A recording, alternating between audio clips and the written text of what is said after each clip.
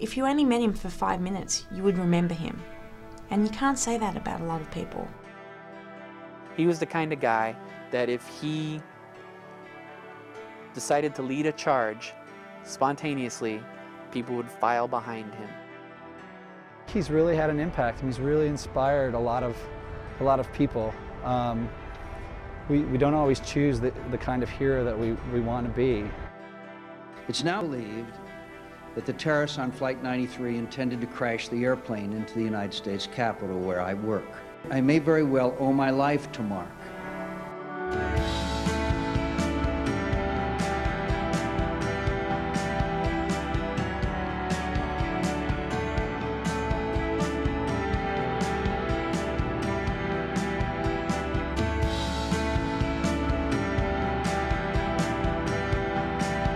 Mark was a fierce and avid rugby player. He was in your face. He would take that ball and God help you finish his way.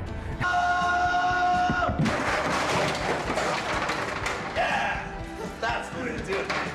The last team with which Mark played was a team of 45 men and women. And the field they played on was not a wide and grassy rugby field. It was a narrow cabin and cockpit of a Boeing 757 hurtling over the Pennsylvania countryside. We know Mark did something even before there was reports about it. We know Mark did something. And here's 10 stories that I know personally about Mark, about how he jumped into danger's way to protect people. I'm sure you heard the story of when he was mugged and he disarmed the gun and beat up the two muggers until they ran away scared. I mean, you know, he's the guy who got gored in running with the bulls in Spain and enjoyed it and wants to go back and do it again. I don't think he had really a sense of reality with respect to danger. He handled it. Oh, shit. Oh my God. We saw the Statue of Liberty, we saw Ellis Island, and I'm deeply in love. And that's about it, all the good stuff. Yay. Yay. Mark and I had a very private relationship. The events of the last few weeks have changed all that, but I'm so proud of what has been told and revealed. The fact that he was gay and a national hero, I think, is an important message.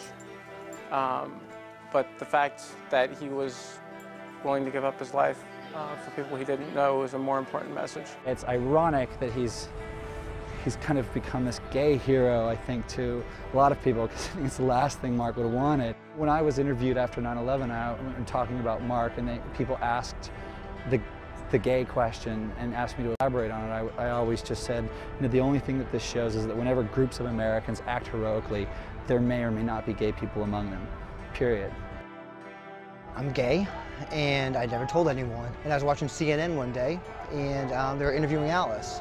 The more I read about Mark, I saw more similarities we both had. I came across his eulogy written by his friend Todd. There's a line in the eulogy, and I carry it around with me.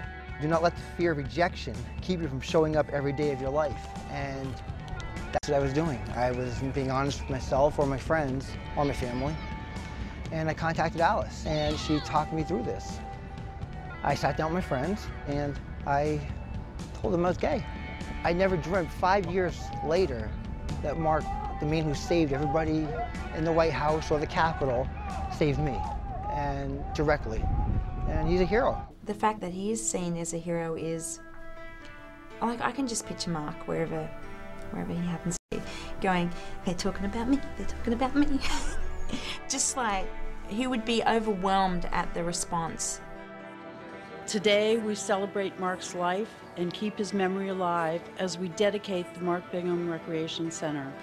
Whether as a small child deciding on his own identity or charging into the cockpit of Flight 93, Mark's courage will not be forgotten. I know that we all miss him. Not a day goes by that is not affected by the loss and the lack of my son. Today, though, is a day of joy for coming together in thanksgiving for the life of Mark Bingham.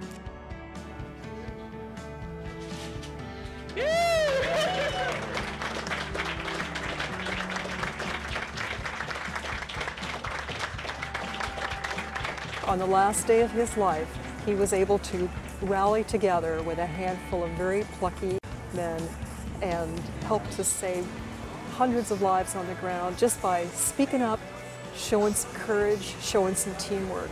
He taught me how to live my life, and I'll be forever in his shadow. I loved him.